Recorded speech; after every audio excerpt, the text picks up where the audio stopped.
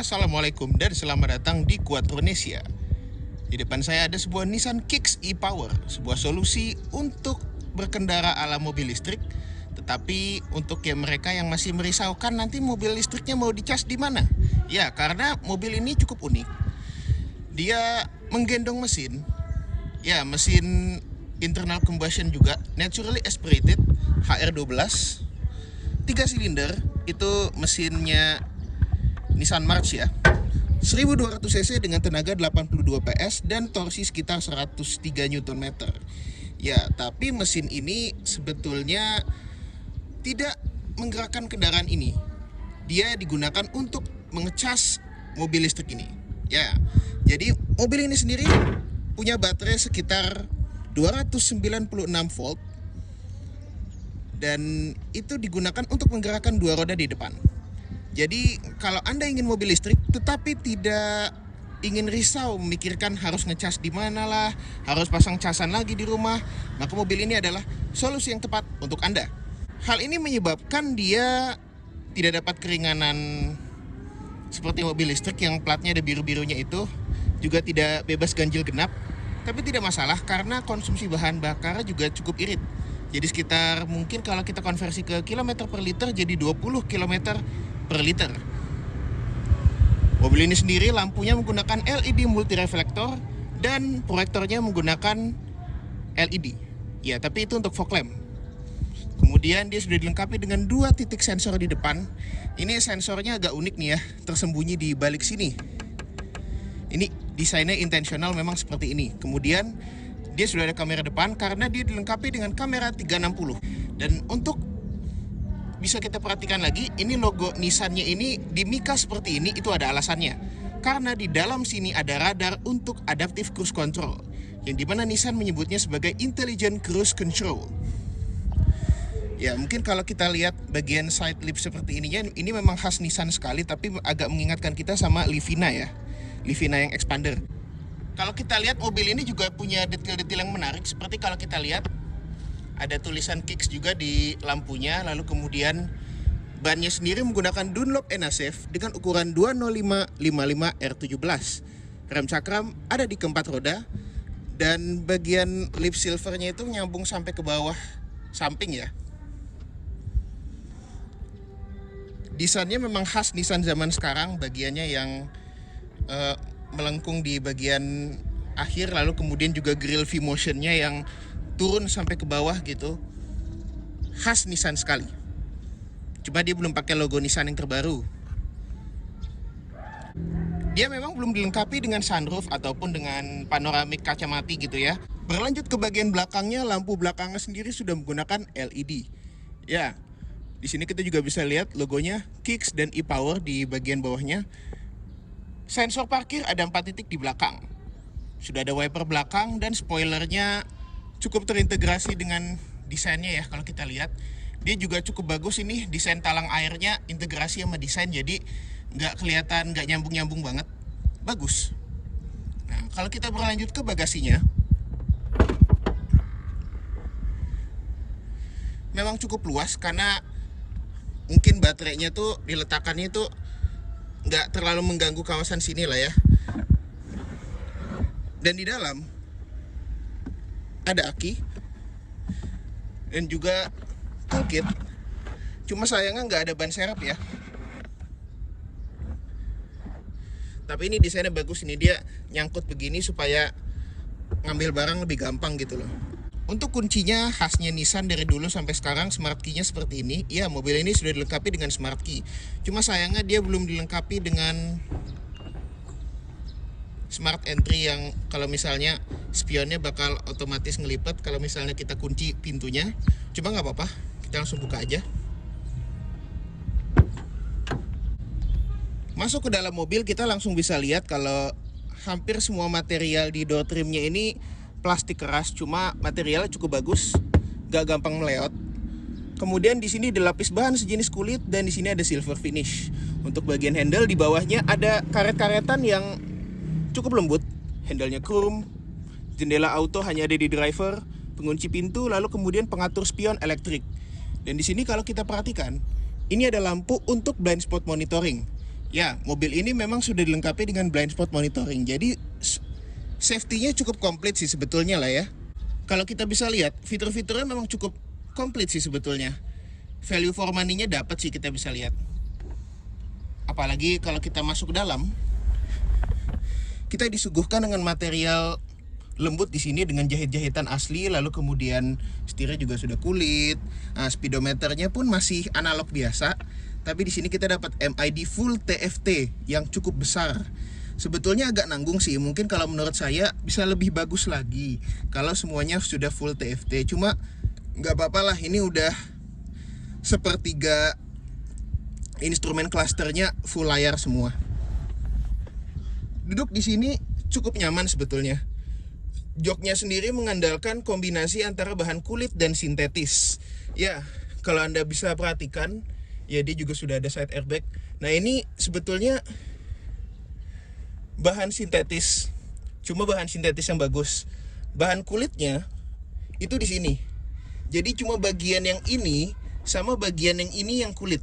Yang ini sintetis, ini kulit.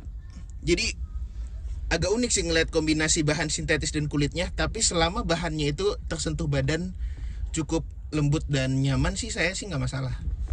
Console box tidak soft opening. Kemudian head unitnya ini cukup besar sekali lah ya, sudah integrated, dan dia juga sudah ada Apple CarPlay meskipun tidak ada Android Auto. Ya nggak apa-apa sih, saya sekarang juga pakainya Apple. Nah, kita hanya tinggal injak rem saja dan tombol start stop engine-nya ada di sini. Kita langsung tekan saja. BTW ada detail yang menarik sih sebetulnya ya kalau kita perhatikan di sini.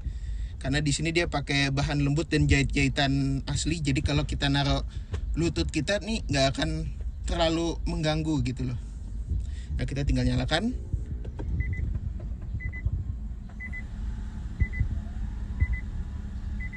Oke, begitu dinyalakan, suara mesinnya itu nyala sebentar. Dia akan menyala untuk mengecas baterainya. Baterainya sendiri sekitar 296 volt ya. Nggak gede-gede amat. Makanya mesin ini biasanya akan senantiasa nyala untuk mengecas baterainya. Jadi, Anda tidak perlu lagi mengandalkan charging station atau apapun itu. Di mobil ini, mobilnya yang ngecas sendiri. Mantap bukan? Dan tentu saja kalau baterainya penuh, kita bisa pakai EV mode di sini.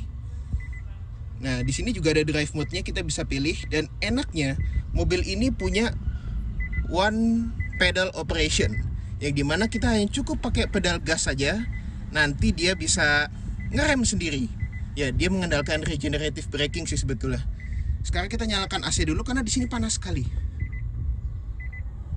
Ya, memang agak disayangkan AC-nya hanya single zone climate control, tapi sudah auto dan ada pengatur arah semburan, makanya jadi agak komplit. Nah, di bawah sini ada slot USB dan juga ada slot 12 volt.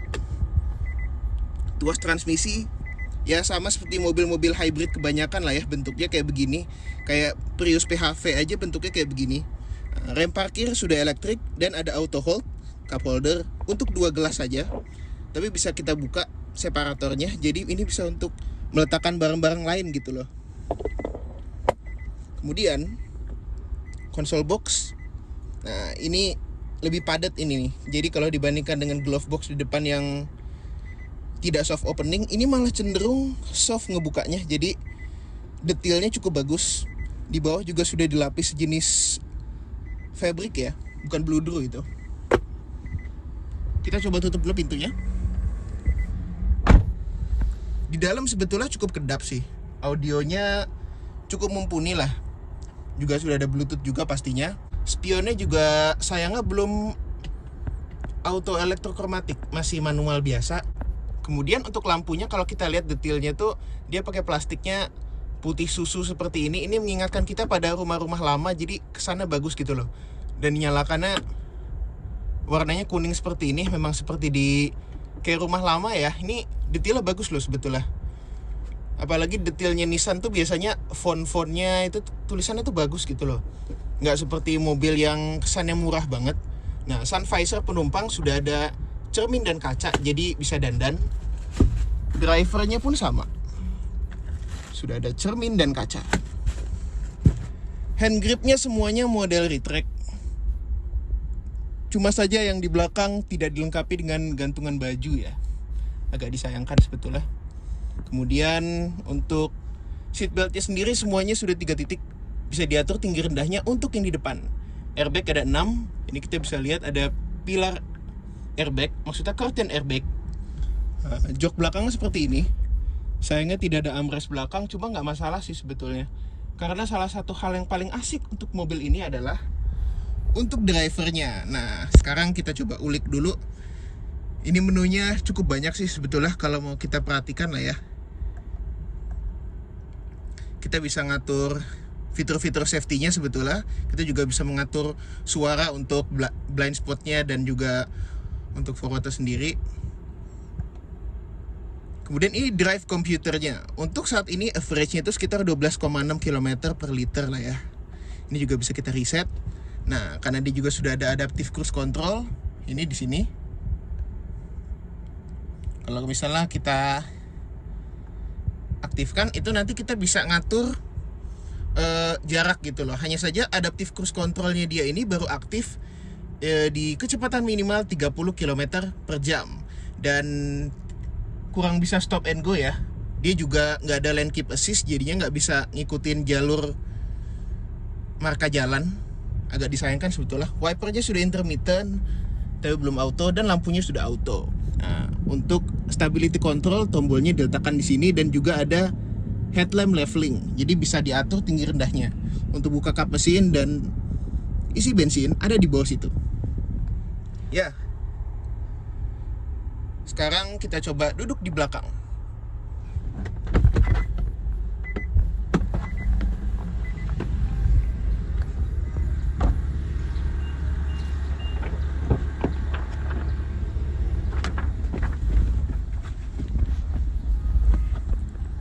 Nah, duduk di belakang Nissan Kicks e-Power, kita coba dulu tutup pintunya. Nah, ini agak sedikit disunat sedikit ya. Kalau di depan dapat silver finish, ini enggak. Kalau di depan dapat karet-karetan, di sini juga enggak. Tapi handle-nya masih chrome, dan di sini masih terdapat kulit-kulitan. Nah, duduk di belakangnya sebetulnya tidak sempit-sempit amat sih, cuma agak cenderung tegak posisinya. Kita dapat 2 buah slot USB, jadi bisa ngecas untuk 2 penumpang di belakang. Jadi kalau Anda yang duduk di tengah sini, mohon maaf tolong bawa power bank ya. Nah, untuk joknya sendiri sama seperti di depan, kombinasi kulit dan sintetis. Jadi kalau kita lihat ini bahan sintetis, di sini bahan kulit, di sini bahan kulit asli, tapi di sininya sudah sintetis. Jadi kulitnya itu cuma di sini aja. Ya nggak apa-apa lah, yang penting kan jujur lah, ini kan juga jok kulit ini. Sudah ada ISOFIX di 2 tempat duduk, di sini dan di sebelah sini. Jadi kalau Anda punya 2 bayi dan punya 2 car seat, bisa dipasang di sini. Penglihatan ke belakang tidak gede-gede amat. Cuma bagusnya jendelanya di belakang sudah ada defogger. Jadi ini layout dashboardnya, kita bisa lihat setirnya juga keren sih sebetulnya, dengan desain flat di bawahnya. Terus juga 2/3 instrumen clusternya yang pakai TFT LCD, head unit integrated, full jahitan asli di sini dan di sini. Ini bikin kesan mewahnya tuh dapat gitu loh. 471 juta OTR Jakarta untuk NIK 2021, pajaknya sekitar 6,5 juta. Iya, saya tahu memang pajaknya agak sedikit mahal karena mobil ini kurang mendapat keringanan seperti mobil listrik dan yang lainnya. Cuma nggak masalah karena kita mendapatkan benefit mesin listrik seperti torsi instan dan juga one pedal operation. Teknologinya si Nissan ini memang cukup hebat sih ya. Maksudnya itu salah satu yang saya sukai dari mobil ini. Tidak ketinggalan, setirnya juga sudah tilt dan teleskopik secara manual.